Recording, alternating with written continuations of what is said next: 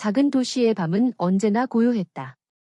낮에는 시장의 소음과 사람들의 발걸음으로 북적이던 거리가 해가 지고 나면 마치 다른 세상처럼 변해버렸다. 가게 문들이 하나둘 닫히고 가로등 불빛만이 희미하게 길을 지키고 있었다. 그러나 바로 그 시간, 누구도 예상하지 못한 기묘한 광경이 매일같이 반복되고 있었다. 빵집을 운영하는 박 여사는 처음에 그것을 대수롭지 않게 여겼다. 늦은 저녁, 낡은 외투를 걸친 노인이 나타나 문을 두드린 것이다. 그는 키가 크지도 작지도 않았고 어깨는 다소 굽어 있었다. 머리는 새하얗게 생채 정돈되지 않아 허술해 보였고 신발은 달아 구멍이 난 흔적이 역력했다. 얼핏 보기에는 그저 어디서나 볼 수 있는 떠돌이 노인 같았다. 빵, 50개만 주세요. 처음 들었을 때 박 여사는 자신의 귀를 의심했다. 보통 손님이라면 한두 개, 많아야 10개 정도를 사가는 것이 전부였다. 그런데 이 노인은 단호하게 50개를 요구했다. 손님, 오늘 행사가 있으신가요? 그녀가 조심스레 물었을 때 노인은 짧게 대답했다. 아니요.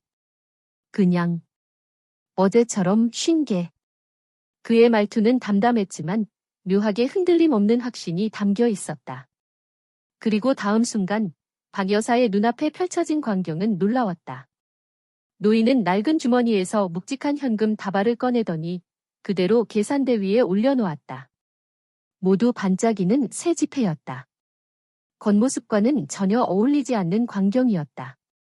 누더기 외투와 다른 신발을 신은 노인이 마치 은행 금고에서 꺼낸 듯한 새 지폐로 결제하는 모습이라니.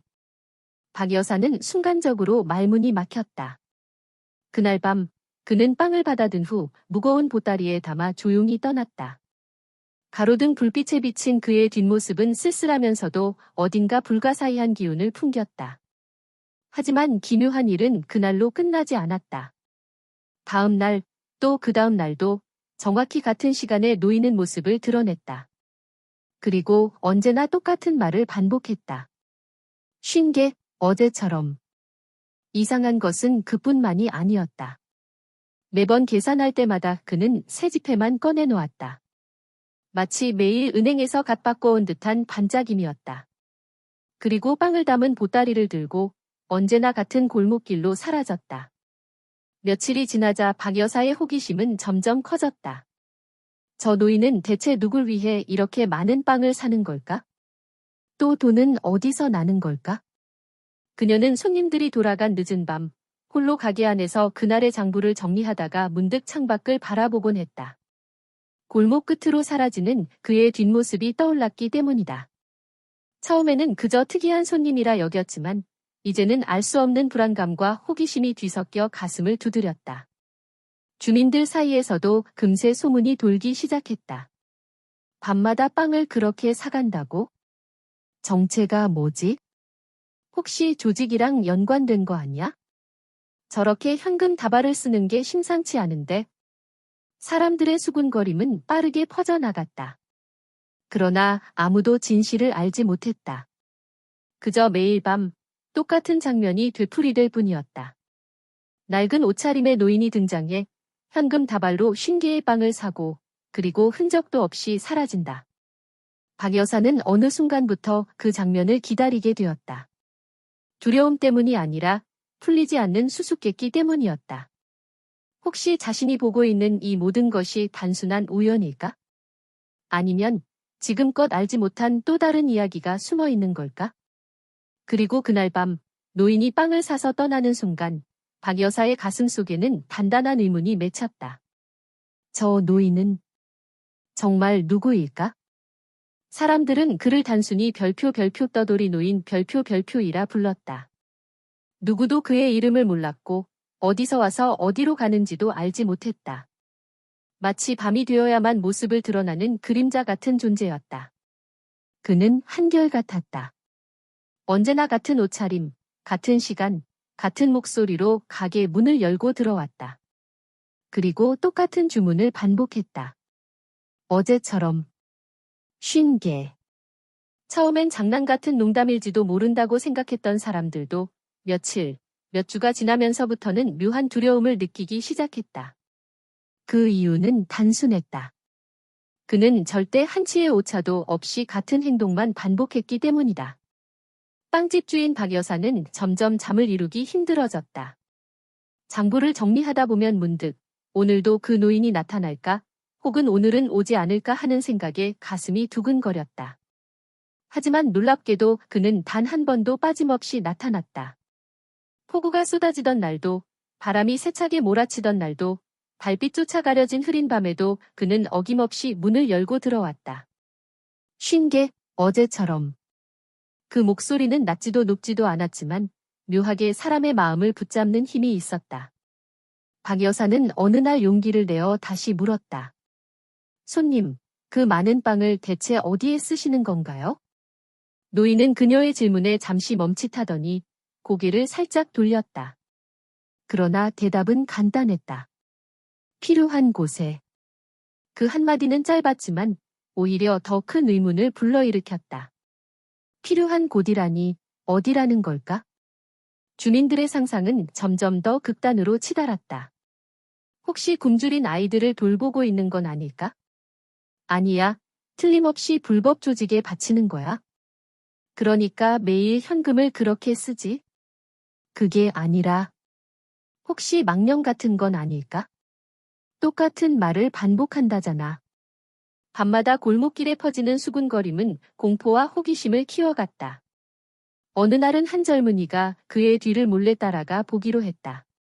가로등 불빛이 희미한 골목, 노인의 발걸음은 일정한 박자로 이어졌다. 하지만 이상한 일이 벌어졌다. 분명히 좁은 골목길로 들어갔는데 모퉁이를 돌자 그의 모습은 온데간데 없이 사라져 버린 것이다. 마치 안개 속에 녹아든 것처럼 흔적조차 남지 않았다. 봤어? 분명히 뒤따라갔는데 없어졌다니까. 그날 이후 노인에 대한 소문은 도시 전체로 번졌다. 이제 사람들은 그를 단순한 떠돌이가 아니라 별표 밤마다 나타나는 수수께끼 같은 존재 별표로 여겼다. 박 여사는 마음속 깊은 곳에서 알 수 없는 책임감을 느끼기 시작했다. 매일 밤 그의 손에 쥐어지는 50개의 빵, 그것이 혹시 누군가의 생명줄일지도 모른다는 생각이 들었기 때문이다. 그러나 동시에 두려움도 커졌다. 그가 누구인지 모른 채 계속 이 일을 반복한다는 것이 언젠가는 자신에게도 위험이 닥쳐올 수 있다는 불안으로 다가왔던 것이다. 그럼에도 불구하고 노인은 변하지 않았다. 언제나 담담한 얼굴, 같은 말, 같은 행동. 50개, 어제처럼. 그 순간 박 여사는 문득 깨달았다. 그의 입에서 흘러나오는 저 짧은 문장은 단순한 주문이 아니라 어떤 약속 같은 것은 아닐까? 매일 같은 시간, 같은 양, 마치 자신이 반드시 지켜야 할 사명처럼 말이다. 도시는 여전히 잠잠했지만 노인의 존재는 점점 사람들의 마음속에서 무겁게 자리 잡았다. 그는 정말 어디에서 온 사람일까? 그리고 무엇을 위해 매일 50개의 빵을 사가는 걸까? 박 여사는 더 이상 참을 수 없다는 듯 마음속으로 다짐했다. 내일은 반드시 그의 뒤를 따라가 보겠어. 그녀의 시선은 빵집 창문 너머 어둠 속으로 뻗어 있었다. 매일 밤 반복되는 미스터리, 이제 곧 그 비밀의 문이 열릴 듯했다. 박 여사는 처음엔 단순히 선한 마음으로 생각했다. 그가 매일같이 50개의 빵을 사가는 이유는 아마도 노숙자들이나 불쌍한 이웃들에게 나누어 주기 위해서일 거라고. 그래, 저분도 마음이 따뜻한 거야. 겉모습은 허름해도 속은 다르겠지. 하지만 시간이 흐르면서 이상한 점이 드러났다. 아무도 그 노인이 다른 사람에게 빵을 나눠주는 장면을 본 적이 없다는 사실이었다. 만약 정말 노숙자들에게 나눠주고 있었다면 적어도 한두 번쯤은 시장통이나 거리 어귀에서 목격담이 나와야 했다. 그러나 오히려 정반대였다.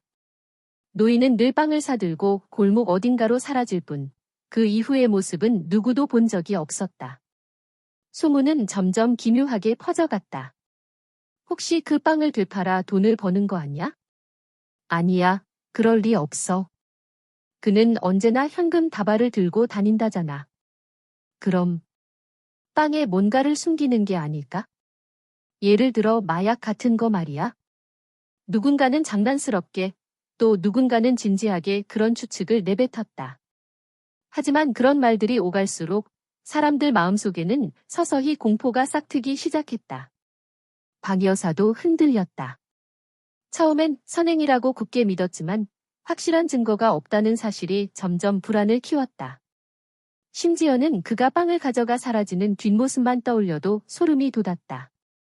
어쩌면 그 빵은 누군가를 해치기 위한 도구일지도 모른다는 생각이 잠시 스쳤다. 어느 날 밤, 한 단골 손님이 빵집 안에서 낮은 목소리로 말했다. 주인장, 그 노인. 혹시 귀신 아니겠어? 박 여사는 화들짝 놀라며 고개를 저었다. 무슨 그런 소리를 해요? 멀쩡히 돈도 내고 말도 하고 가는데. 그러니까 더 수상한 거지. 귀신이 아니면 어떻게 매일 같은 말만 하고 같은 시간에만 나타나겠어? 농담처럼 던진 그 말은 이상하게도 박 여사의 머릿속을 떠나지 않았다. 혹시 정말 그가 이 세상 사람이 아니라면? 그러나 그 다음 날도 그는 여전히 문을 열고 들어와 똑같이 말했다. 50개, 어제처럼. 그리고 현금을 꺼내어 하나하나 세듯이 건네고는 다시 어둠 속으로 사라졌다. 박 여사는 점점 그를 이해하고 싶다는 욕망과 피하고 싶다는 두려움 사이에서 갈팡질팡했다. 만약 정말 착한 일을 하고 있는 거라면 자신이 도와야 하지 않을까? 그러나 반대로 만약 무언가 범죄와 관련된 일이라면 자신이 위험에 빠질 수도 있는 일이었다. 대체 어디로 가는 거지? 그날 밤 창문 너머로 사라지는 노인의 뒷모습을 바라보며 박 여사는 무심코 중얼거렸다. 가끔은 손님들과 잡담을 하다가도 불현듯 노인의 얼굴이 떠올라 대화가 끊기기도 했다. 장부를 정리하다가도 종이에 적힌 50이라는 숫자를 보면 심장이 덜컥 내려앉았다. 그 숫자는 이제 단순한 양이 아니라 풀리지 않는 수수께끼의 열쇠처럼 느껴졌다. 사람들은 여전히 그에 대한 소문을 멈추지 않았다. 어떤 이는 그가 오래전 이 도시에 살다가 가족을 잃고 홀로 남은 사내라고 했고, 또 다른 이는 사실 거대한 부자에 숨겨진 하수인이라고 주장했다. 하지만 이상한 것은 아무리 오래 떠돌아다닌 듯 보이지만 누구도 그의 과거를 기억하는 사람이 없다는 점이었다. 도시 사람들 중 누구 하나도 그의 젊은 시절을 본 적이 없었다. 결국 박 여사는 마음속으로 결심했다. 안 되겠다. 직접 눈으로 확인해야 해. 이제 그녀에게 남은 선택지는 단 하나였다. 그를 몰래 뒤따라가서 50개의 빵이 어디로 향하는지 확인하는 것. 두려움이 엄습했지만 호기심은 이미 두려움을 넘어섰다. 그녀의 가슴은 거세게 뛰었다. 손끝이 떨렸다. 하지만 동시에 묘한 기대감이 피어올랐다. 내일 밤 반드시 뒤를 따라가리라. 이제 미스터리의 문턱은 눈앞까지 다가왔다. 그리고 박 여사는 알았다. 그 문 너머에 무엇이 있든 자신의 삶은 다시는 예전과 같지 않을 거라는 것을. 노인은 언제나 똑같았다. 빵을 가득 담은 보따리를 들고 조용히 고개를 숙인 채 가게 문을 나섰다. 발걸음은 느리지만 일정했고 마치 오래전부터 정해진 길을 걷는 듯 주저함이 없었다. 그리고 항상 같은 골목으로 들어갔다. 그 골목은 낮에도 좀처럼 사람들이 드나들지 않는 좁고 음습한 길목이었다. 가로등 불빛조차 닿지 않아 밤이면 검은 물결처럼 어둠이 가득 차올랐다. 사람들은 본능적으로 그곳을 피했고 아이들은 심지어 가까이 다가가지도 못했다. 그런데 이상한 일은 거기서부터였다. 노인의 뒷모습이 골목 어귀에 삼켜지는 순간 누구도 그 이후를 본 적이 없었다. 분명 길은 막다른 곳도 아니고 다른 방향으로 이어져 있어야 했다. 하지만 뒤따라간 사람들은 모두 같은 말을 했다. 분명히 걸어 들어갔는데 어느 순간 사라져 버렸어. 어두운 골목길, 그리고 그 속에서 묘연히 사라지는 그림자. 사람들은 점점 두려움을 감추지 못했다. 귀신이 틀림없어. 아니면 우리 눈을 속이는 거겠지? 그 빵을 도대체 어디에 쓰는 걸까? 아무도 받은 사람이 없다잖아. 혹시 오래전 죽은 사람들에게 바치는 제물 같은 건 아닐까? 소문은 걷잡을 수 없이 퍼져나갔다. 누군가는 그가 저승사자라고 했고 또 누군가는 망령이 된 아버지가 매일 아이들에게 빵을 바치러 간다는 괴담을 지어냈다. 사람들의 목소리는 하나같이 불안과 호기심으로 떨려 있었다. 박 여사는 가만히 그들의 이야기를 듣다가 창문 밖을 바라보았다. 오늘 밤도 어김없이 노인은 나타날 것이다. 그리고 똑같이 50개의 빵을 들고 같은 길을 따라 사라질 것이다. 가슴속에서 두려움과 호기심이 부딪혔다. 만약 자신이 직접 뒤따라가면 어떨까? 다른 이들이 놓쳤던 무언가를 발견할 수 있지 않을까? 그녀는 손끝을 꼭 움켜쥐었다. 그래. 이번엔 내가 따라가 보자. 밤은 깊어가고 있었다. 달빛은 구름에 가려 흐릿했고 바람은 스산하게 골목 사이를 훑고 지나갔다. 빵집 안은 고요했지만 그녀의 심장은 쿵쿵 울리며 어둠을 두드렸다. 그리고 마침내 약속된 듯 문이 열렸다. 낡은 외투, 허름한 신발, 굽은 어깨. 노인은 변함없이 들어와 말했다. 50개, 어제처럼. 그 목소리는 언제나처럼 담담했지만 오늘은 유독 차갑게 들렸다. 박 여사는 떨리는 손으로 빵을 포장해 내밀었다. 노인은 아무 말 없이 현금을 건네고 보따리를 받아들었다. 그리고 돌아서서 늘 그러하듯 골목길로 향했다. 박 여사는 문가에 서서 그 뒷모습을 바라보았다. 골목을 향해 걸어가는 그의 발자국 소리가 점점 멀어졌다.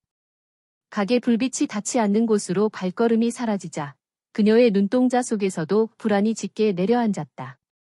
그 순간 창밖에 서 있던 몇몇 주민들이 서로 속삭였다. 봐라, 또 간다. 오늘도 그 골목이야? 대체 어디로 가는 걸까? 사람들의 수군거림이 어둠 속에 퍼졌다. 그러나 누구도 감히 더 이상 그를 뒤따르려 하지 않았다. 두려움이 그들의 발목을 잡고 있었기 때문이다. 하지만 박 여사는 달랐다. 오늘만큼은 자신이 직접 확인해야 했다. 이제는 더 이상 의문 속에서 불안에 떨며 시간을 보낼 수 없었다. 그녀는 조심스럽게 가게 불을 끄고 외투를 걸쳤다. 그리고 아무도 눈치채지 못하게 천천히 노인의 뒤를 따라 골목으로 향했다. 깊어지는 그림자 속 그의 발걸음은 여전히 일정했다. 마치 오래된 길을 홀로 걸어가는 순례자 같았다. 그 뒤를 따르는 박 여사의 심장은 점점 빠르게 뛰기 시작했다. 두려움, 기대, 그리고 설명할 수 없는 묘한 긴장감이 뒤엉켜 있었다. 이제 곧 그녀는 노인의 비밀에 한 발짝 더 다가서게 될 것이다. 노인이 매일같이 50개의 빵을 사들고 어둠 속으로 사라지는 장면은 이제 시장 사람들에게 하나의 풍경처럼 익숙해졌다. 그러나 익숙함은 곧 불안으로 바뀌었다. 사람들은 입을 모아 추측하기 시작했다. 분명히 조직에 물건을 전달하는 심부름꾼일 거야? 아니면 불법 돈 세탁에 빵을 이용하는 거겠지? 아니, 그게 아니라. 틀림없이 범죄에 연루된 게 분명해. 낮 동안의 시장은 늘 사람들로 북적였지만 노인의 이야기가 나오면 누구도 쉽게 웃어넘기지 못했다. 누군가는 소름이 돋는다며 몸을 떨었고 또 다른 이는 고개를 숙이며 말을 삼켰다. 그럴수록 불안감은 점점 커져갔다. 평범한 상인과 손님들이 모인 작은 시장에서 정체 모를 노인이 매일 거액의 현금을 들고 나타나 동일한 행동을 반복한다는 것은 도무지 이해할 수 없는 일이었다. 만약 정말 범죄와 관련된 거라면 우리도 위험에 휘말릴 수 있는 거 아니야? 혹시 경찰이 들이닥치면 어쩌려고 그래? 괜히 연루되면 장사고 뭐고 다 끝장이야. 차라리 신고하는 게 낫지 않겠어? 누군가는 경찰에 알리자는 의견을 냈지만 막상 행동으로 옮기지는 못했다. 이유는 간단했다. 혹시라도 그 노인이 정말로 조직과 관련된 인물이라면 괜한 적을 만들고 싶지 않았기 때문이다. 불안은 수군거림으로 번지고 수군거림은 곧 소문으로 자라났다. 이제 시장 사람들은 단순히 그를 떠돌이 노인이라 부르는 대신 은밀히 심부름꾼이나 검은 돈의 전달자라고 불렀다. 박 여사는 이 모든 이야기를 들으며 갈등에 휩싸였다. 그녀의 마음속에는 여전히 그가 어딘가에 굶주린 이들을 위해 선행을 베푸는 사람일지도 모른다는 희망이 남아 있었다. 하지만 시간이 지날수록 사람들의 불안 어린 목소리가 그녀의 신념을 흔들어 놓았다. 혹시 내가 그동안 잘못 생각한 건 아닐까? 정말 범죄와 연관된 거라면? 그녀는 혼잣말로 중얼거리며 장부를 덮었다. 매일 밤 그의 손에 건네는 50개의 빵이 누군가의 생명을 살리는 것일지 아니면 범죄의 도구로 쓰이고 있을지 알 수 없다는 생각이 마음을 옥죄었다. 시장 사람들은 점점 더 노인을 피했다. 그가 나타나는 시간 즈음이면 일부러 가게 문을 닫거나 멀리 돌아서 집으로 가는 이들도 있었다. 사람들의 눈빛에는 경계와 두려움이 서려 있었다. 그러나 아이러니컬하게도 그런 두려움은 또 다른 호기심을 불러일으켰다. 정말로 그 노인을 따라가 본 사람이 있긴 해? 있지. 지난번에 누구 아들이 뒤를 밟았다잖아.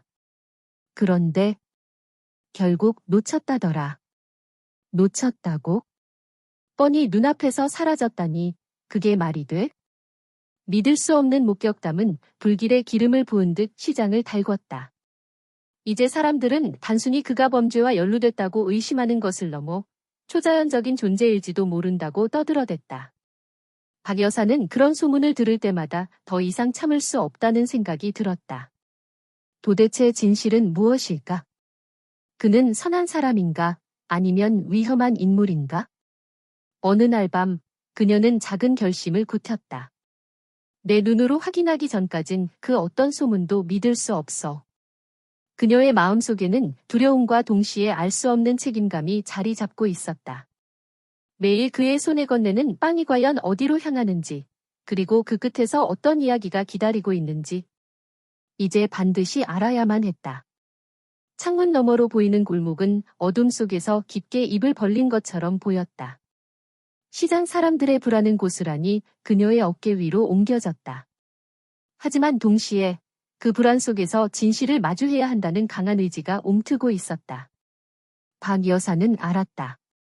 그 밤 그를 따라 나서는 순간부터 자신의 삶은 다시는 이전으로 돌아갈 수 없으리라는 것을. 박 여사의 아들 준호는 어릴 적부터 호기심이 많은 아이였다. 늘 눈에 보이지 않는 것, 설명되지 않는 것에 끌렸고 이번에도 예외는 아니었다. 매일 밤 같은 시각에 나타나는 수상한 노인, 50개의 빵, 그리고 흔적도 없이 사라지는 그 뒷모습. 어느 날 준호는 시장 사람들의 수군거림을 듣고 있었다. 조직의 심부름꾼이래. 아니야, 분명 귀신이지. 어떻게 매일 똑같을 수가 있겠어? 그 빵이 범죄의 증거일지도 몰라. 어른들의 목소리는 불안에 떨려 있었지만 준호의 마음속에는 두려움보다 호기심이 더 크게 피어올랐다. 그는 어머니에게 물었다. 엄마, 그 노인. 정말 이상하지 않아? 왜 아무도 끝까지 따라가 본 사람이 없는 거야? 박 여사는 손을 멈추고 아들을 바라보았다. 잠시 침묵이 흘렀다. 괜히 엮이지 않는 게 좋아. 세상에는 모르는 게 약인 일도 있단다. 그러나 그 말은 오히려 준호의 마음에 불을 지폈다.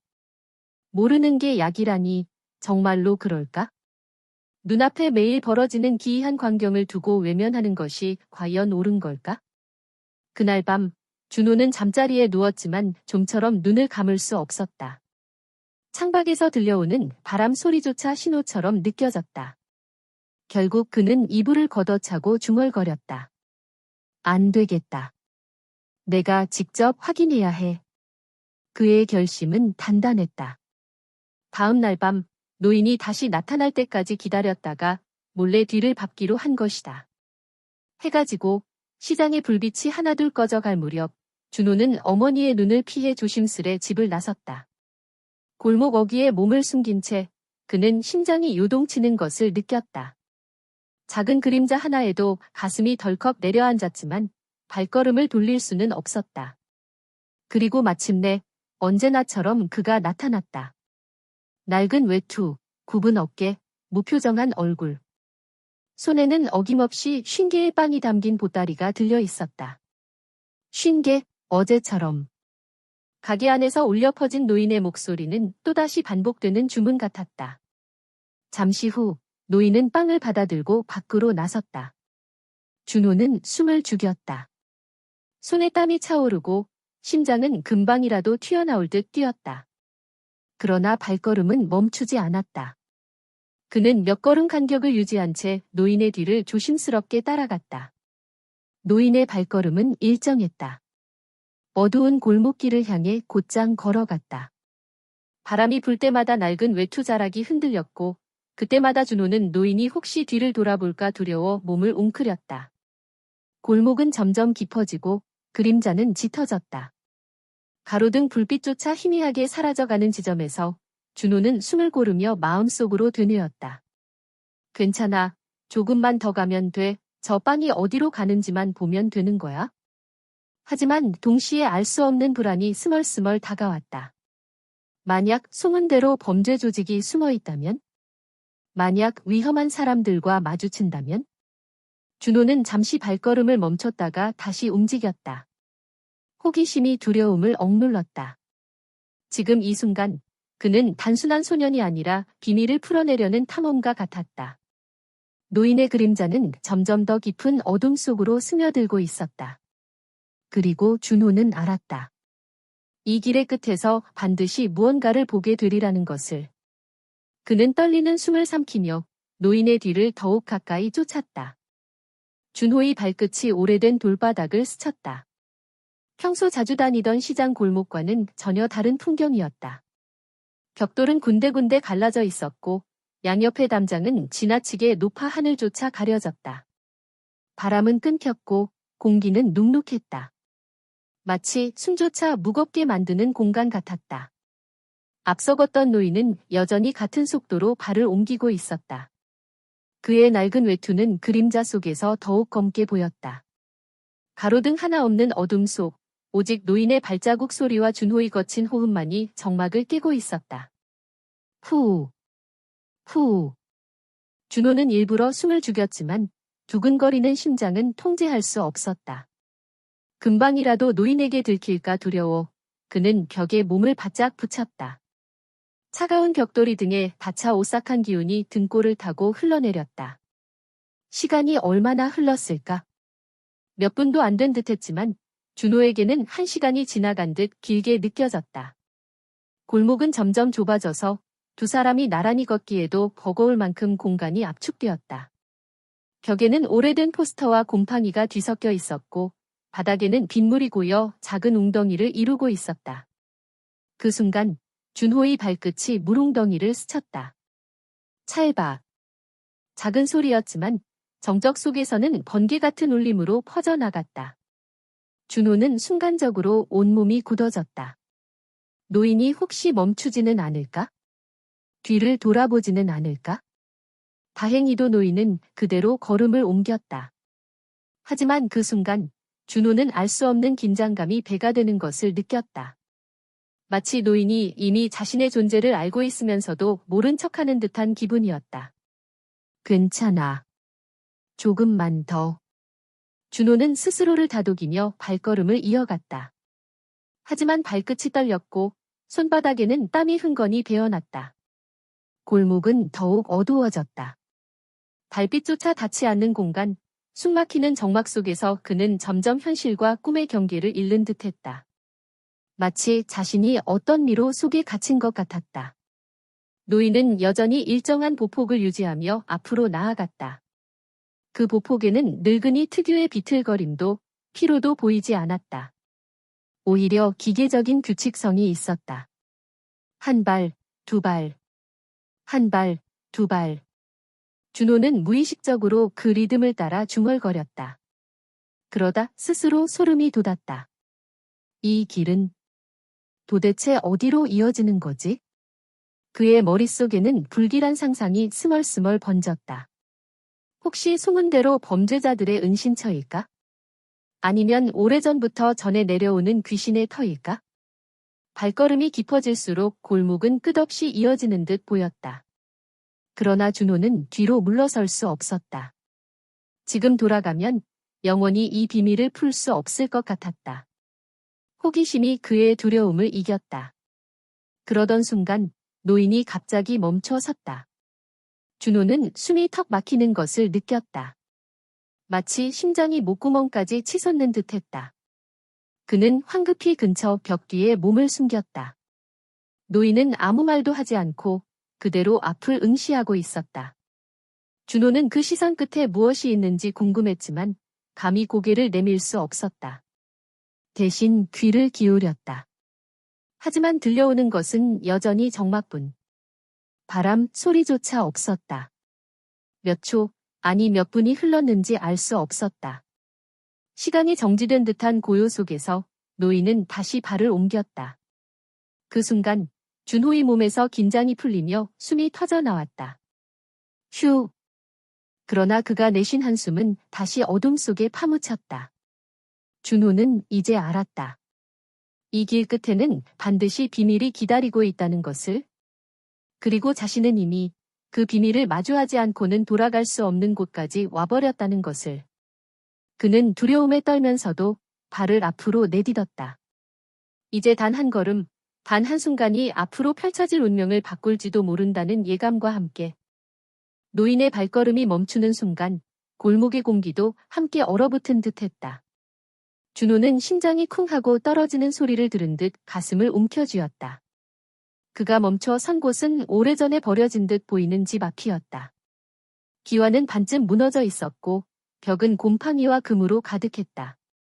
창문은 나무 판자로 막혀 있었으며 마당은 잡초가 무성했다. 한눈에 보기에도 사람의 손길이 닿지 않은 지 오래된 폐가였다. 저런 데서 준호는 속으로 중얼거렸다. 노인은 주머니에서 낡은 열쇠 하나를 꺼냈다. 삐걱삐걱 금속이 녹슨 자물쇠를 억지로 비트는 소리가 밤 공기를 갈랐다. 순간 준호는 몸이 움찔 떨렸다. 그리고 마침내 덜컹거리는 소리와 함께 무거운 문이 열렸다. 문이 열리는 순간 오래된 나무 냄새와 곰팡이 냄새가 섞여 골목으로 흘러나왔다. 준호는 코끝이 찡해졌다. 그런데 이상했다. 집안은 완전히 어둡지만 그 어둠 속에서 은은한 기척 같은 것이 새어나오는 듯했다. 마치 안쪽에 누군가가 기다리고 있는 듯한 기운이었다. 노인은 한 발, 두 발. 익숙한 듯 천천히 안으로 들어섰다. 그리고 보따리를 살짝 들어 올렸다. 그 속에는 여전히 50개의 빵이 고스란히 담겨 있었다. 50개. 오늘도 어제처럼. 노인의 낮고 쉰 목소리가 집 안으로 스며들었다. 준호는 입술을 깨물며 문틈을 주시했다. 몸을 더 숨기고 싶었지만 동시에 눈을 뗄 수 없었다. 가슴은 점점 더 빠르게 뛰고 손바닥에서는 식은땀이 흘러내렸다. 문이 열린 채로 집안에서 아주 미묘한 소리가 났다. 끼. 마치 안쪽에서도 또 다른 문이 열리는 소리 같았다. 준호는 귀를 바짝 기울였다. 발소리? 아니면 무언가 끌리는 소리? 분명히 누군가가 그 안에 있었다. 그러나 희미해서 확실히 알 수는 없었다. 순간 바람 한 줄기가 불며 골목 끝에서 문을 스치는 듯 흔들렸다. 준호는 본능적으로 숨을 죽였다. 만약 지금 들킨다면 이 낡은 집안에서 무슨 일이 벌어지는지 알기도 전에 모든 게 끝날지도 모른다. 그때였다. 집안에서 낮고 떨리는 목소리가 새어나왔다. 그것은 노인의 것이 아니었다. 낯선, 하지만 분명히 살아있는 누군가의 목소리였다. 왔군요. 준호는 온몸에 털이 곤두서는 것을 느꼈다. 그의 등골을 타고 서늘한 전율이 흘렀다. 노인은 대답 대신 보따리를 내밀었다. 빵 냄새가 어둠 속으로 퍼져 들어갔다. 그러자 안쪽에서 작은 움직임이 일었다. 그림자가 스르륵 문틈을 스쳤다. 이건 누굴 위한 거지? 준호의 머릿속이 복잡해졌다. 노숙자도 아니고 범죄자도 아닌 누군가 이 집안에 숨어 살고 있다는 걸까? 그렇다면 왜 숨어 지내야 하는 걸까? 그는 조금 더 가까이 다가가려고 몸을 숙였다. 그러나 바닥에 돌조각이 발끝에 걸리며 또각 소리를 냈다. 아차. 순간 집안에서 움직임이 멈췄다. 노인의 시선이 문틈 넘어 어둠 속 어딘가를 향했다. 준호는 온몸이 얼어붙었다. 마치 들킨 듯한 공포가 몰려왔다. 그러나 다행히도 노인은 아무 말 없이 천천히 안으로 들어갔다. 삐걱하는 소리와 함께 무거운 문이 닫혔다. 쾅. 문이 닫히는 소리에 준호는 비로소 숨을 몰아쉬었다. 다리가 풀려 그대로 주저앉을 뻔했다. 하지만 눈앞의 집을 똑똑히 바라보며 다시 이를 악물었다. 저 안에는 반드시 무언가가 있어. 이제 그는 확신했다. 호기심이 두려움을 이기고 있었다. 이 낡고 버려진 듯한 집이 그 모든 의문의 답을 품고 있다는 것을. 쾅 하고 닫힌 문 앞에 서 있던 준호는 한참 동안 꼼짝하지 못했다. 심장이 아직도 요동치고 숨이 제대로 가빠졌다. 그러나 그의 눈은 집안에서 새어나오는 희미한 빛과 기척을 놓치지 않았다. 저 안에 뭐가 있는 거지? 그는 벽 틈을 따라 살금살금 옮겨가며 작은 구멍 하나를 찾아냈다. 오래된 나무 판자 사이로 아주 미세한 틈이 벌어져 있었고 그 안쪽이 어슴푸레 보였다. 준호는 눈을 바짝 붙였다. 그 순간 그의 눈앞에 믿기 힘든 장면이 펼쳐졌다. 어둠 속에서 작은 그림자들이 하나둘씩 나타나더니 곧 10명의 아이들이 뛰쳐나왔다. 찢어진 옷을 걸치고 얼굴은 뼈마디가 드러날 정도로 말라붙어 있었다. 머리는 헝클어져 있었고 피부는 창백했다. 그러나 그들의 눈빛만큼은 너무도 선명했다. 굶주림, 갈망, 그리고 희망이 뒤섞인 눈빛이었다. 와, 빵이다. 아이들은 서로 밀치며 노인에게 달려갔다. 누군가는 울먹이며 그의 다리를 끌어안았고 누군가는 떨리는 손으로 보따리를 움켜쥐었다. 노인은 아무 말도 하지 않았다. 다만 굽은 허리를 더 숙이며 아이들 하나하나의 손에 빵을 쥐어주었다. 그의 눈가에는 깊은 주름이 드리워져 있었지만 그 속엔 묵묵한 온기가 담겨 있었다. 많이 먹거라. 오늘도 어제처럼 쉰개다. 노인의 목소리는 쉰 기운이 섞여 있었지만 그 울림에는 따뜻한 힘이 있었다. 아이들은 손에 빵을 쥐자마자 개걸스럽게 씹어먹기 시작했다. 껍질이 딱딱하고 속은 식어 있었지만 그들에게는 세상 무엇보다 귀한 음식이었다. 준호는 눈을 크게 뜬 채 숨조차 잊었다. 시장 사람들이 했던 소문이 떠올랐다. 조직의 심부름꾼이래. 불법 돈 세탁에 쓰는 거야? 범죄자일지도 몰라. 하지만 지금 그의 눈앞에 있는 것은 전혀 다른 진실이었다. 낡고 버려진 집안에서 한 노인이 수십 명의 굶주린 아이들을 먹이고 있었다. 아이들의 웃음소리가 점점 커졌다. 누군가는 빵을 두 손으로 꼭 쥔 채 눈물을 흘렸고 누군가는 다른 아이와 빵을 반으로 나눠 먹으며 미소를 지었다. 그 웃음은 짧고 연약했지만 오랜 어둠 속에서 피어나는 불빛 같았다. 준호는 목이 콱 막혀왔다. 알 수 없는 감정이 가슴을 치밀어 올랐다. 두려움은 이미 사라졌다. 대신 경외심과 죄책감이 뒤섞인 뜨거운 무언가가 그를 사로잡았다. 저 노인은 범죄자가 아니었어. 오히려 그제야 그는 깨달았다. 매일 밤 같은 시각, 같은 횟수로 빵을 사던 이유. 50개라는 숫자는 단순한 집착이 아니었다. 그것은 바로 아이들의 숫자였다. 단 한 명도 빠짐없이 먹일 수 있도록 세어둔 숫자였다. 집안의 풍경은 오래된 그림 같았다. 부서진 가구 사이, 찢어진 이불과 신문지 위에 아이들이 둘러앉아 있었다.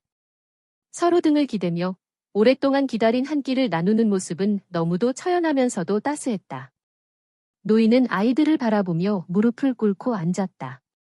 그의 표정은 지친 듯했지만 동시에 평온했다.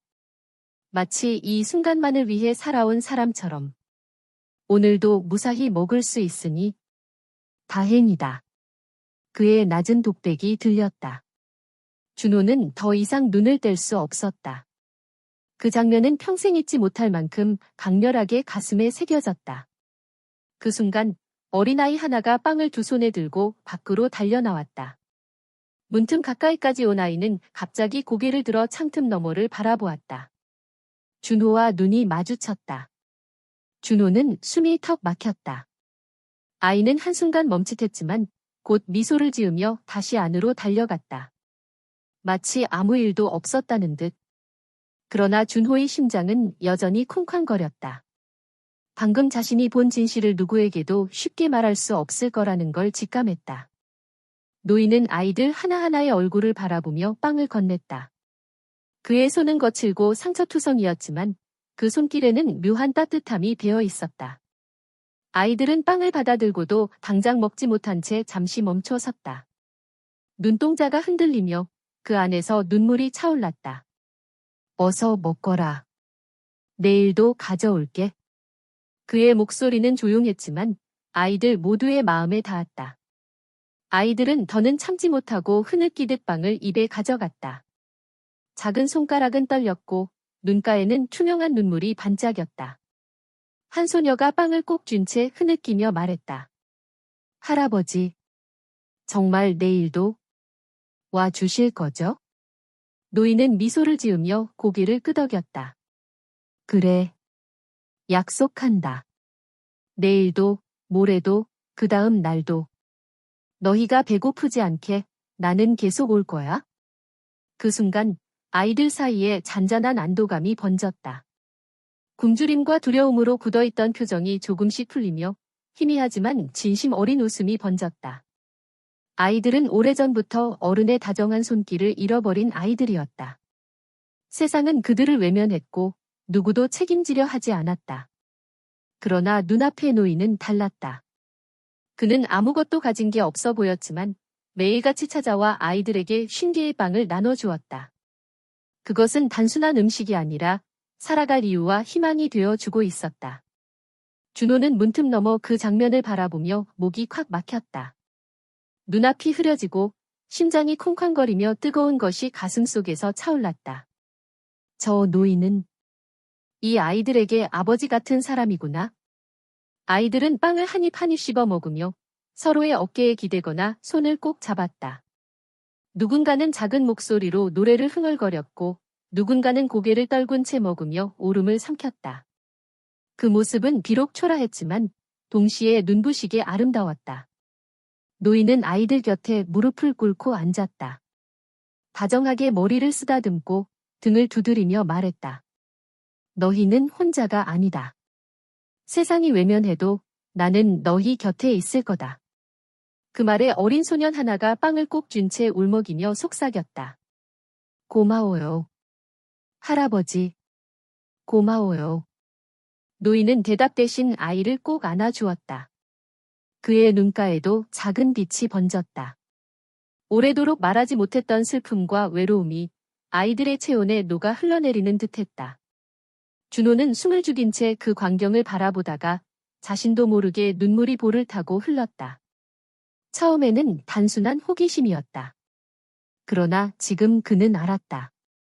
이 노인이야말로 시장 사람들이 두려워하던 그 수상한 노인이자 동시에 수많은 아이들의 생명을 지탱하는 유일한 희망이라는 것을.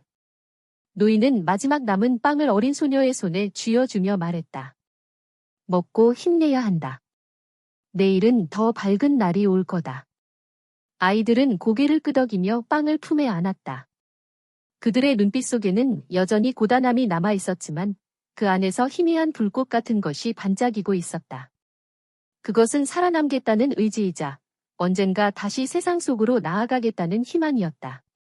준호는 떨리는 숨을 내쉬며 속으로 중얼거렸다. 사람들은 왜 이 사실을 모르고 왜 함부로 의심만 했던 걸까? 노인은 아이들 곁에서 한참을 더 머물렀다. 아이들의 웃음소리와 울음소리가 뒤섞인 그 순간 낡은 집안은 오랜만에 따뜻한 온기로 가득 차 있었다. 그리고 준호는 깨달았다.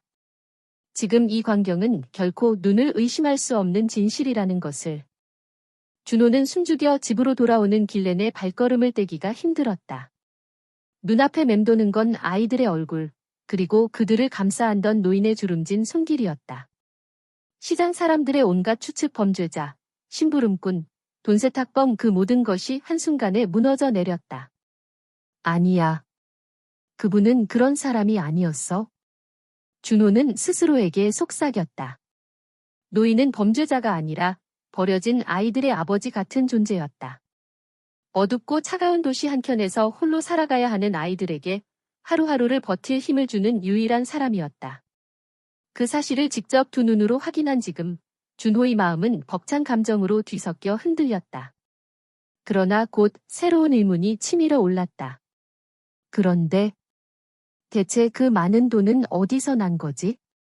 매일 50개의 빵을 산다는 건 결코 작은 돈이 아니었다. 낡은 옷차림, 허름한 구두, 어디서 봐도 가진 것 하나 없어 보이는 노인이었다. 하지만 그는 단 한 번도 값을 흥정하지 않았고 언제나 두툼한 현금을 꺼내 정확히 지불했다. 설마 누군가 뒤에서 지원하는 걸까? 아니면 정말 불법적인 일에서 나온 돈일까? 머릿속이 복잡해졌다. 노인이 아이들을 돌보는 건 사실이었지만 그렇다고 해서 모든 것이 설명되는 건 아니었다. 아이들은 분명 구원받고 있었지만 그 자금의 출처는 여전히 수수께끼였다. 준호는 마음 한켠에서 이상한 두려움을 느꼈다. 집에 도착했을 때 아버지는 아직도 가게 정리를 하고 있었다. 준호의 얼굴을 본 아버지는 눈썹을 찌푸렸다.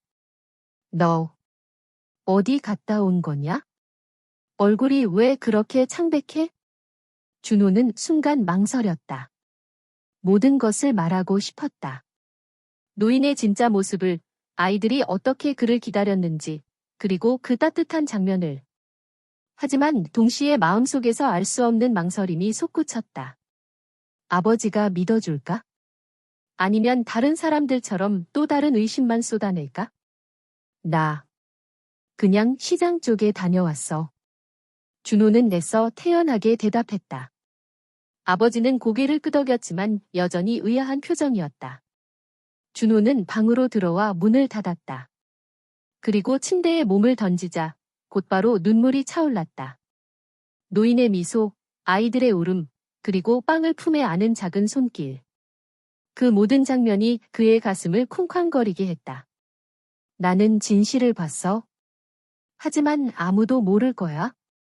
준호는 양손으로 얼굴을 감싸며 속으로 중얼거렸다. 노인은 범죄자가 아니었다. 그는 분명 선한 의도를 가진 사람이었다. 하지만 그가 어디서 매일같이 그렇게 많은 돈을 구해오는지 그것만큼은 아직도 미궁이었다. 혹시 그 돈 때문에 사람들이 그를 의심하는 건 아닐까? 준호는 갑자기 두려워졌다. 만약 노인의 선행이 세상에 드러난다 해도 사람들은 여전히 그의 돈을 의심할 것이다. 좋은 일 하는 건 알겠는데 그 돈은 어디서 난 거냐? 라며 또다시 경계와 불신으로 다가올 것이다. 창밖에서는 바람이 불고 있었다. 어두운 골목길을 홀로 걸어가던 노인의 뒷모습이 떠올랐다. 아무도 알아주지 않지만 아이들을 위해 매일같이 자신의 길을 걷는 사람. 그가 짊어진 무게와 사연은 과연 무엇일까? 준호는 가슴속에 결심이 생겨났다. 내가 더 알아봐야 해. 단순히 호기심이 아니었다. 그것은 진실을 밝히고 싶은, 그리고 누군가에게라도 이 노인의 진심을 알려주고 싶은 간절한 마음이었다. 하지만 동시에 알 수 없는 두려움이 함께 따라왔다. 만약 그 돈이 정말 어두운 곳에서 나온 것이라면? 그럼 아이들은 또다시 세상에 버려지는 걸까? 준호는 이불을 끌어안고 눈을 감았다. 그의 심장은 여전히 빠르게 뛰고 있었고 머릿속은 수많은 질문으로 가득 차 있었다. 노인은 분명 아이들의 아버지 같은 존재였다. 하지만 그의 그림자 속에는 아직 풀리지 않은 비밀이 숨어 있었다. 며칠 뒤, 준호는 우연히 아버지의 가게 앞에서 노인과 오래 알고 지낸다는 인부의 이야기를 듣게 되었다. 낡은 모자를 눌러쓴 중년의 사내는 담배 연기를 내뿜으며 말했다. 저 노인, 원래는 건설 현장에서 누구보다 성실했던 사람이야. 다들 그를 김노인이라 불렀지. 허튼 소리 한 번 안 하고 묵묵히 일만 했거든. 준호는 귀를 쫑긋 세웠다. 사내는 낮게 한숨을 내쉬었다. 그런데 10여 년 전이었지. 큰 화재가 났어. 현장 한켠에 있던 가건물에서 불이 번졌는데 그 안에 있던 게 그의 가족이었어. 순간 준호의 심장이 철렁 내려앉았다. 아내와 어린 아이 둘, 그날 그대로 모두 불길에 삼켜졌지. 그는 현장 한쪽에서 망연히 무너져 내렸어. 자기 손으로 불길을 뚫고 들어가려 했지만 아무도 그를 붙잡지 않았다면 그도 죽었을 거야. 담배 연기가 바람에 흩어졌다. 그 속에서 사내의 목소리는 더욱 낮아졌다. 그날 이후 그는 모든 걸 잃었지. 집도, 직장도, 삶의 의지도. 가진 돈은 보상금 몇 푼뿐이었는데 그마저도 쓰지 않고 꼭꼭 모아두더군. 이유를 알 수 없었어. 하지만 언젠가부터 그는 매일 빵을 사들고 다니기 시작했지. 누구에게 주는지, 왜 그러는지는 아무도 몰랐어. 준호는 가슴이 먹먹해졌다. 노인의 주름진 얼굴, 허름한 옷차림, 그리고 그가 매일 사라지던 어두운 골목길이 떠올랐다. 그 모든 것이 이제야 선명하게 이어졌다. 그분은 사랑하는 가족을 잃은 거였구나. 사내는 고개를 끄덕였다. 맞아. 아마 그 아이들을 보면서 자신이 잃어버린 가족을 떠올리는 게 아닐까 싶어. 그 애들을 돌보는 게 곧 자신이 살아가는 이유가 된 거지. 준호는 머릿속이 복잡해졌다. 노인의 행동은 단순한 선행이 아니었다. 그것은 슬픔 속에서 피어난 마지막 의지, 잃어버린 것을 대신 채우려는 몸부림이었다. 밤이 깊어갈 무렵 준호는 다시 골목길을 찾았다. 멀리서 노인의 뒷모습이 보였다. 그는 여전히 같은 걸음으로 낡은 집을 향해 가고 있었다. 준호는 그를 바라보며 속으로 중얼거렸다. 저 노인은 아이들에게 빵을 주는 게 아니라 자신의 잃어버린 가족을 품고 있는 거야? 그리고 동시에 궁금증이 다시 고개를 들었다. 그럼 그 많은 돈은 어디서 난 걸까? 보상금만으로는 벌써 다 썼을 텐데. 노인의 과거가 드러났음에도 불구하고 가장 큰 수수께끼는 여전히 남아 있었다. 하지만 적어도 한 가지는 분명했다. 그는 범죄자가 아니었고 아이들을 통해 다시 살아가고 있었다. 준호는 가슴이 뭉클해졌다. 세상은 그를 의심했지만 진실은 전혀 다른 곳에 있었다. 그리고 이제 그 진실을 아는 사람은 자신뿐이었다. 화재 이후 노인의 삶은 한순간에 무너져 내렸다. 눈을 떠도 살아있다는 사실이 괴로웠고 눈을 감으면 불길 속에서 사라진 아내와 아이들의 얼굴이 떠올랐다. 그는 아무데도 속하지 못한 채 하루하루를 술과 방황으로 보냈다. 그러던 어느 겨울날 그는 눈보라치는 거리에서 우연히 작은 그림자들을 발견했다. 허름한 담요 하나에 몸을 웅크린 아이들이었다. 얼굴은 창백했고 입술은 파랗게 질려 있었다. 그들은 떨리는 손으로 서로를 감싸 안고 있었다. 노인은 걸음을 멈췄다. 한 아이가 힘겹게 눈을 들더니 그에게 속삭였다. 아저씨, 혹시 빵 조금만 주실 수 있나요? 순간 노인의 가슴이 철렁 내려앉았다. 그 목소리는 너무도 약했고 너무도 간절했다. 그는 자신도 모르게 주머니를 뒤져 동전 몇 개를 꺼냈다. 그리고 근처 가게에 들어가 빵 두어 개를 사서 아이들에게 건넸다. 아이들은 떨리는 손으로 빵을 붙잡았다. 누군가는 눈물이 터져나와 빵에 눈물을 떨어뜨렸고 누군가는 고개를 숙인 채 소리 죽여 먹었다. 그 모습을 지켜보는 순간 노인의 가슴속에서 오래 묻어두었던 감정이 터져나왔다.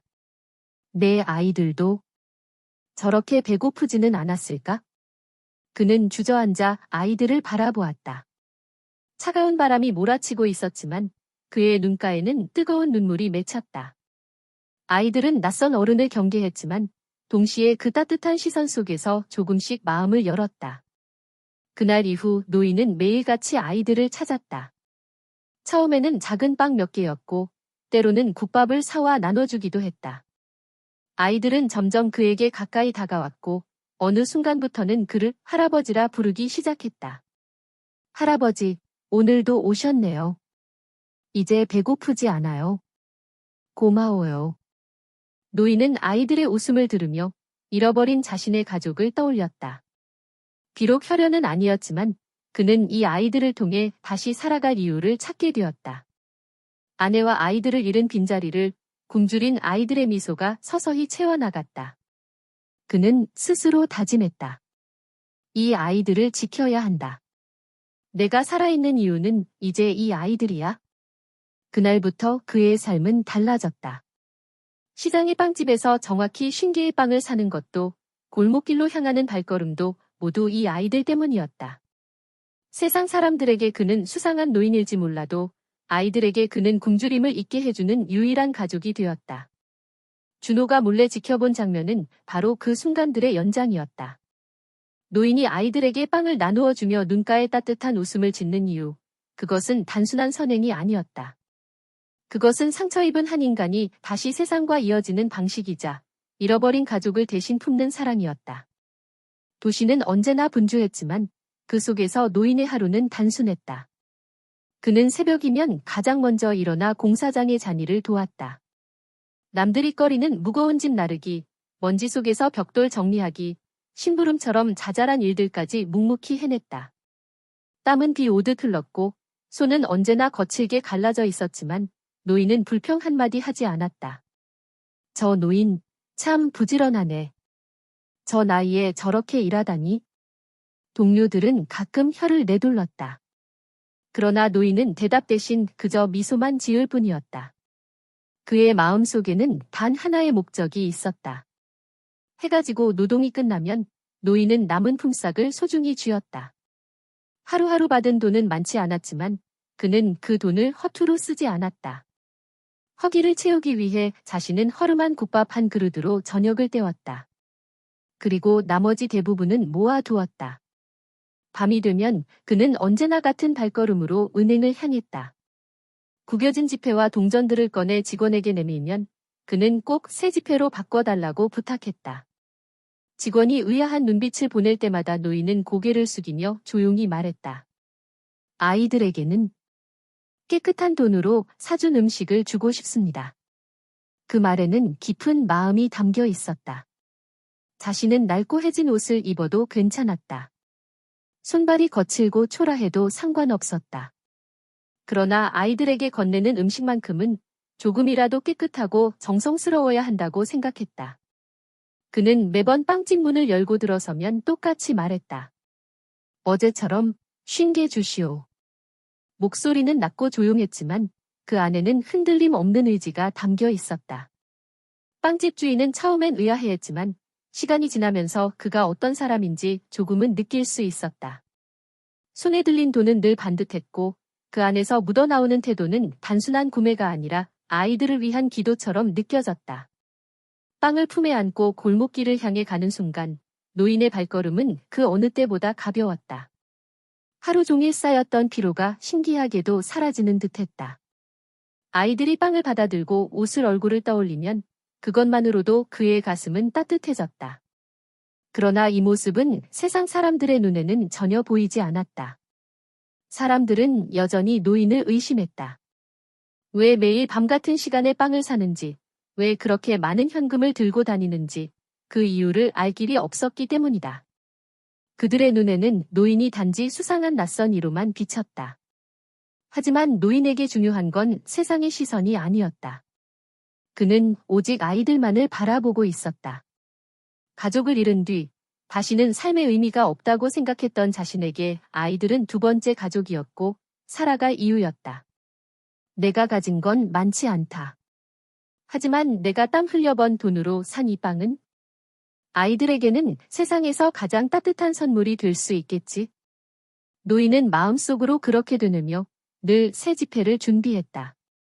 구겨지고 낡은 돈 대신 반듯하고 깨끗한 돈으로 산 빵을 손에 들고 아이들 앞에 서면 마치 자신도 조금은 새로워지는 기분이 들었기 때문이다.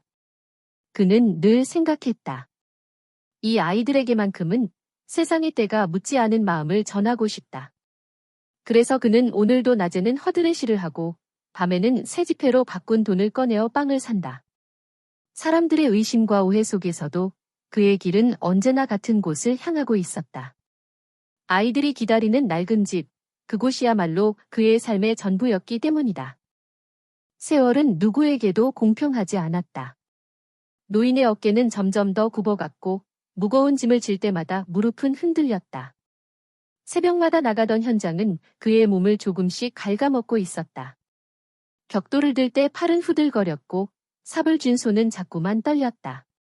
김 어르신, 이제 그만두시는 게 어때요? 이젠 일하기 너무 힘드시잖아요. 함께 일하는 젊은 인부가 걱정스레 물었다. 노인은 고개를 저으며 희미하게 웃었다. 괜찮네.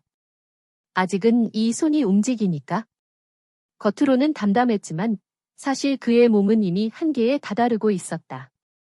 허리는 늘 무거운 짐에 짓눌린 듯 아팠고 밤마다 기침이 멈추지 않았다. 그러나 그는 단 한 번도 일을 거른 적이 없었다. 땀으로 젖은 옷은 그의 고집과 다름없었다. 저녁 무렵 허드레실이 끝나면 그는 지친 몸을 일으켜 은행으로 향했다. 때로는 다리가 휘청거려 벽에 기대 서야 했지만 지갑을 꺼내 새 지폐로 바꿀 때만큼은 그의 손길이 단단했다. 그 순간만큼은 살아있다는 실감을 느꼈다. 밤이 깊어 빵집에 도착했을 때 주인은 그의 수척해진 얼굴을 보고 놀라곤 했다. 어르신, 오늘은 그냥 쉬시지 그랬어요. 너무 힘들어 보이십니다. 그러나 노인은 고개를 저으며 늘 같은 말을 되풀이했다. 쉰 게 어제처럼. 그의 목소리는 점점 약해졌지만 그 의지는 변하지 않았다. 아이들이 기다리고 있다는 사실만이 그의 발걸음을 지탱하는 힘이었다. 낡은 집 앞에 도착해 아이들이 뛰어나올 때 노인의 얼굴은 비로소 환해졌다. 그는 힘겹게 무릎을 꿇어 아이들에게 빵을 건넸다. 작은 손들이 빵을 움켜쥐며 웃는 순간 그의 고단한 하루는 보상받는 듯했다. 어서 먹거라. 내일도 가져올게. 그의 목소리는 낮았지만 아이들에게는 세상에서 가장 따뜻한 약속이었다. 그러나 아이들은 조금씩 그의 변화를 눈치채기 시작했다. 숨을 고르며 기침하는 모습, 무릎을 부여잡고 한동안 일어나지 못하는 모습. 작은 아이가 조심스레 물었다. 할아버지, 힘들면 안 오셔도 돼요? 노인은 순간 눈시울이 붉어졌다. 그러나 이내 고개를 저으며 아이의 머리를 쓰다듬었다. 아니란다. 내가 올 수 있을 때까지는 꼭 올 거야. 그는 알았다. 몸은 점점 쇠약해지고 있다는 것을. 하지만 멈출 수 없었다. 만약 자신이 멈춘다면 이 아이들의 식탁은 다시 비어버릴 것이다. 그 사실이 그를 다시 일어서게 만들었다. 밤하늘에 별이 빛나고 노인은 허름한 코트를 여미며 조용히 중얼거렸다. 조금 더만 견디자. 그의 걸음은 느려졌지만 여전히 같은 길을 걷고 있었다. 그리고 그 길 위에서 노인의 그림자는 세상 누구보다도 크고 단단하게 보였다. 그날 밤 준호는 무겁게 발걸음을 옮겼다. 낡은 집에서 본 광경이 머릿속에서 떠나지 않았다. 찢어진 옷을 입은 아이들이 노인의 손길을 받으며 웃던 모습, 그리고 힘겹게 무릎을 꿇은 노인의 얼굴. 모든 것이 충격이자 감동이었다. 집에 돌아온 준호는 한동안 아무 말도 하지 못했다. 부모는 아들의 눈가가 붉어진 것을 보고 다가왔다. 준호야, 무슨 일 있었니? 그제야 준호는 울음을 꾹 삼키며 떨리는 목소리로 말했다. 아버지, 어머니. 그 노인은 나쁜 분이 아니에요. 아이들. 굶주린 아이들에게 빵을 나눠주고 있었어요. 매일, 빠짐없이요. 부모는 놀란 듯 서로의 얼굴을 바라봤다. 그동안 의심과 두려움으로만 노인을 바라봤던 자신들의 시선이 부끄럽게 느껴졌다. 정말이니? 내가 직접 본 거니? 네. 제가 똑똑히 봤어요. 그 아이들은 할아버지를 기다리고 있었어요. 그리고 그분은 마치 아버지처럼 아이들을 안아주셨어요. 준호의 말은 곧 시장 사람들에게 퍼졌다. 다음 날 아침, 빵집 주인이 손님들에게 조심스레 이야기를 꺼냈다. 그 노인 말이오. 사실은 굶주린 아이들에게 빵을 나눠주고 있었대요. 사람들은 처음엔 믿지 못했다. 그러나 준호가 본 장면을 자세히 전하자 시장은 술렁이기 시작했다.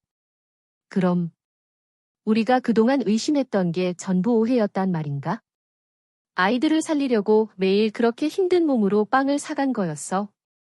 불안과 경계의 눈빛은 점차 미안함으로 그리고 존경으로 바뀌어 갔다. 평소 노인을 범죄자처럼 수군거리던 상인들도 고개를 떨궜다. 우린 너무 쉽게 단정지었어. 알지도 못하면서 뒷말을 했으니 죄송한 마음뿐이구나. 그날 저녁 노인이 다시 빵집에 나타났을 때 분위기는 달라져 있었다. 가게 안은 고요했지만 모두의 시선은 따뜻하게 그를 향했다. 주인은 조용히 봉투를 건네며 말했다. 오늘도 쉰 개 맞으십니다. 어르신, 늘 존경합니다. 노인은 의아한 듯 눈을 크게 떴다. 그러나 아무 말도 하지 않고 평소처럼 지폐를 꺼내 빵값을 지불했다. 그의 모습은 변함없었지만 사람들의 마음속에서는 커다란 울림이 생겼다. 시장 어귀에서 한 상인이 동료에게 속삭였다. 그 노인은 범죄자가 아니라 영웅이야. 우리 몰래 아이들을 지켜온 분이잖아. 맞아. 어쩌면 우리 모두가 외면한 일을 대신 해주신 거지. 이윽고 아이들을 기다리며 사라져가는 노인의 뒷모습을 바라보던 사람들은 더 이상 수군대지 않았다. 대신 고개를 숙여 그를 존중하는 눈빛을 보냈다. 준호는 그 광경을 보며 가슴이 벅차올랐다. 자신이 본 진실이 이렇게 많은 사람들의 마음을 바꾸리라고는 생각하지 못했기 때문이다. 할아버지는 혼자가 아니야. 이제 모두가 알게 됐어. 그날 이후 시장 사람들은 노인을 달리 불렀다. 떠돌이 노인이 아니라 아이들의 수호자라고. 그의 굽은 어깨와 낡은 옷차림 뒤에 숨겨진 따뜻한 마음은 이제 더 이상 소문에 가려지지 않았다. 노인의 이야기가 퍼진 뒤 시장의 공기는 달라져 있었다. 예전처럼 수군대며 불안한 시선을 보내던 사람은 더 이상 없었다. 대신 서로 눈빛을 나누며 조용히 마음을 모으기 시작했다. 정육점 주인이 가장 먼저 입을 열었다. 그 어르신 혼자서는 더는 버티기 힘드실 거요. 우리도 도와야지 않겠소? 그러자 채소 가게 아주머니가 고개를 끄덕였다. 맞아요. 아이들이 빵만 먹고 살 순 없잖아요. 제가 신선한 채소를 조금씩 챙겨드릴게요. 쌀가게 주인도 팔짱을 끼고 나섰다. 쌀은 내가 맡겠네. 아이들 밥상에 따뜻한 밥이 올라야지. 이 말에 여기저기서 손을 드는 이들이 늘어났다. 생선 가게에서는 작은 생선을, 과일 가게에서는 남은 사과와 배를 내놓겠다고 했다. 모두가 조금씩 보태기로 하자 금세 풍성한 식탁이 그려졌다. 그날 저녁 노인이 평소처럼 빵집에 나타났을 때 주인은 빵 봉투와 함께 작은 상자를 건넸다. 안에는 고기와 채소, 과일이 조금씩 담겨 있었다. 어르신, 오늘은 저희가 준비했습니다. 아이들한테도 고른 음식을 먹여야 하잖아요. 노인은 순간 멈칫하며 상자를 바라보았다. 주름진 손이 떨렸다. 이걸 내가 받아도 되겠소? 당연하지요. 어르신 혼자서 아이들 지키실 필요 없습니다. 이젠 우리가 함께할 차례니까요. 노인의 눈가가 붉어졌다. 오래 묵은 고독이 눈물로 녹아내리는 듯했다. 그는 고개를 숙이며 조용히 말했다. 고맙습니다. 정말 고맙습니다.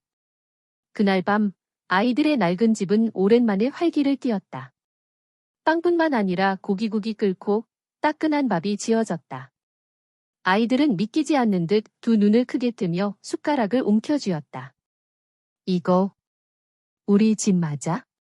우와, 고기가 있다. 진짜 고기야. 노인은 아이들의 웃음소리를 들으며 말없이 앉아 있었다. 지친 몸은 여전히 무거웠지만 가슴은 전보다 훨씬 따뜻하고 가벼웠다. 그 후로도 시장 사람들은 돌아가며 음식을 챙겨주었다. 하루는 생선, 하루는 과일, 또 하루는 두부와 김치. 아이들의 식탁은 점점 풍성해졌다. 아이들의 얼굴빛도 차츰 달라졌다. 창백하던 뺨에는 혈색이 돌았고 웃음소리가 늘어났다. 어느 날 작은 아이가 노인의 손을 꼭 잡으며 말했다. 할아버지, 이제 우리 굶지 않아도 돼요. 사람들이 우리를 도와주고 있어요. 노인은 그 말에 눈시울이 뜨거워졌다. 그러나 이내 고개를 저으며 아이들의 머리를 쓰다듬었다. 그래도 나는 계속 올 거야? 약속했잖니. 내일도 가져올게. 시장의 사람들은 이제 노인을 혼자가 아닌 모두의 아버지로 바라봤다. 그의 지친 걸음 뒤에는 더 이상 외로움이 없었다. 대신 수많은 마음이 함께 발맞추고 있었다. 그렇게 작은 도시의 밤은 조금씩 달라졌다. 어두운 그림자 속에서 시작된 의심은 이제 따뜻한 연대로 바뀌어 가고 있었다. 시장은 이제 예전과 달랐다. 몇 달 전만 해도 노인이 빵을 사갈 때마다 수군대던 사람들은 지금은 그를 향해 고개를 숙이고 인사를 건넸다. 그의 낡은 코트와 굽은 어깨가 더 이상 불안의 상징이 아니었다. 오히려 시장 사람들에게는 따뜻한 존경의 모습으로 다가왔다. 어느 날 빵집 앞에 모여있던 상인들은 저마다 지난 날을 떠올리며 씁쓸하게 웃었다. 우린 너무 쉽게 그분을 의심했어. 아무것도 모르면서 그저 겉모습만 보고. 그래, 결국 진실은 우리 눈앞에 있었는데 말이야. 사람들은 깨닫기 시작했다. 의심은 때로 눈을 가리고 진실을 멀리 밀어낸다는 것을. 그들이 느낀 불안과 두려움은 사실 자신들의 편견이 만들어낸 그림자에 불과했다. 준호의 아버지, 빵집 주인은 사람들 앞에서 조용히 말했다. 나는 매일 그분에게 빵을 팔았소. 그런데도 정작 무엇을 위해 쓰이는지 알지 못했지. 그저 의심만 했을 뿐이오. 부끄럽소. 정말 부끄럽소. 그의 고백은 시장 사람들의 가슴에 깊이 파고들었다. 모두가 비슷한 마음을 품고 있었기 때문이다. 그동안 차갑게만 보던 노인의 눈빛 속에 사실은 따뜻한 불빛이 있었음을 이제야 똑바로 본 것이었다. 그날 저녁 노인이 평소처럼 빵을 들고 아이들의 집으로 향할 때 시장 사람들은 먼발치에서 그의 뒷모습을 지켜봤다. 예전 같으면 의심의 시선으로 따라갔을 길이었지만 이제는 기도하는 마음으로 그를 바라봤다. 저분이야말로 진짜 아버지지. 핏줄이 아니어도 마음으로 아이들을 품는 분이니까. 낡고 버려진 듯한 집에서 아이들이 뛰어나오자 사람들은 그제야 웃음을 터뜨렸다. 아이들이 빵과 음식을 들고 환히 웃는 모습은 마치 오래 굶주린 땅에 봄비가 내린 듯 따뜻하고 생생했다. 그때 작은 아이가 외쳤다. 할아버지, 오늘은 고기도 있어요. 사과도 있다. 맛있어 보여. 아이들의 웃음소리에 노인의 얼굴은 한순간 젊어진 듯 환해졌다. 그는 여전히 힘겨운 숨을 몰아쉬고 있었지만 눈빛만큼은 깊고 단단했다. 그 모습을 지켜보던 사람들은 다시 한번 마음이 벅차올랐다. 저분은 이제 더 이상 떠돌이 노인이 아니야? 아이들의 아버지, 우리가 지켜야 할 어른이지. 그날 밤 시장 사람들은 오랜 의심과 편견을 내려놓으며 서로에게 다짐했다. 이제부터는 함께 이 아이들을 지켜내겠다고. 더 이상 누군가의 희생 하나에만 기대지 않겠다고. 어둠 속을 홀로 걸어가던 노인의 그림자는 이제 수많은 사람들의 그림자와 포개져 있었다. 시장 사람들의 깨달음은 그를 범죄자가 아닌 한 가족의 가장으로 그리고 모두의 아버지로 세워주고 있었다. 사람들의 마음은 조용히 하나의 문장으로 모였다. 의심 속에 숨겨진 진실은 때로 우리의 마음을 부끄럽게 한다.